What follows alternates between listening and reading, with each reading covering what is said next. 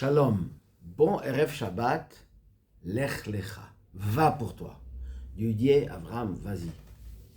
Il y a une histoire avec Admour Hazaken, l'auteur du Tanya, le fondateur de la pensée chassidique Chabad. On va l'appeler Admour Hazaken, qui veut dire le vieux rabbi.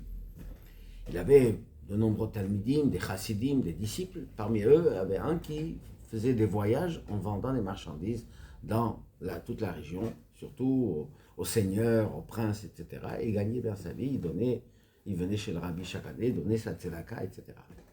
Mais il le faisait d'un côté de la frontière avec la Russie, du côté polonais. Les frontières ont bougé beaucoup, c'était sur la ville de Smolensk. Et là, du côté polonais, il y avait beaucoup de juifs, beaucoup de communautés juives, des villes juives, une vie juive, etc. Et en voyageant, il rencontrait les communautés, il faisait ses prières dans les synagogues, et il était très heureux.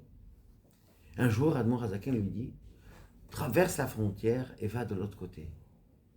Et là, il lui dit, mais Rabbi, il n'y a pas beaucoup de juifs là-bas, il n'y a pas de vie juive. Il dit, tu vas gagner plus.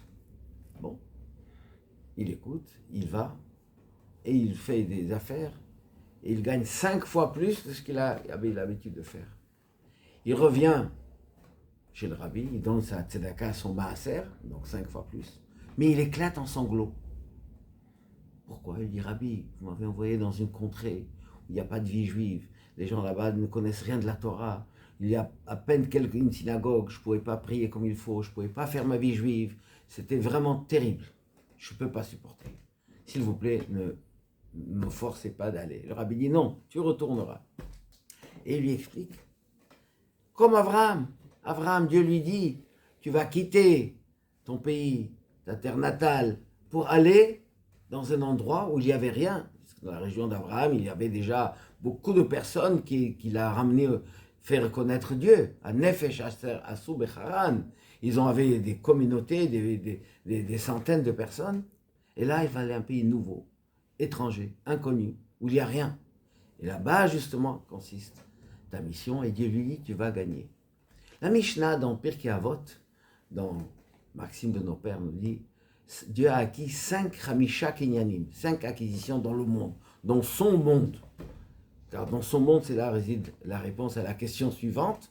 Parmi les 5, Avraham Avinu est une acquisition, et le peuple juif une acquisition, la Torah, le Beth Amikdash, c'est la terre, etc. On n'a pas le temps maintenant de rentrer dans chacune de ceux-là, la particularité. Mais Avraham et Israël, pareil, apparemment c'est la même chose.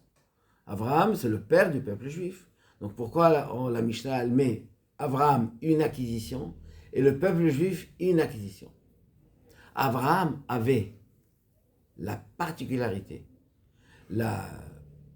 l'ouverture, le premier qui a fait connaître Dieu dans le monde où Dieu n'était pas avant. Le monde est entièrement appartient à Dieu, évidemment. Tout appartient à lui.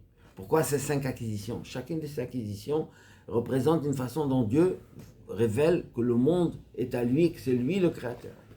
Le premier, c'était Abraham. Et Abraham avait contre lui le monde tout entier. On appelle Ha-Ivri.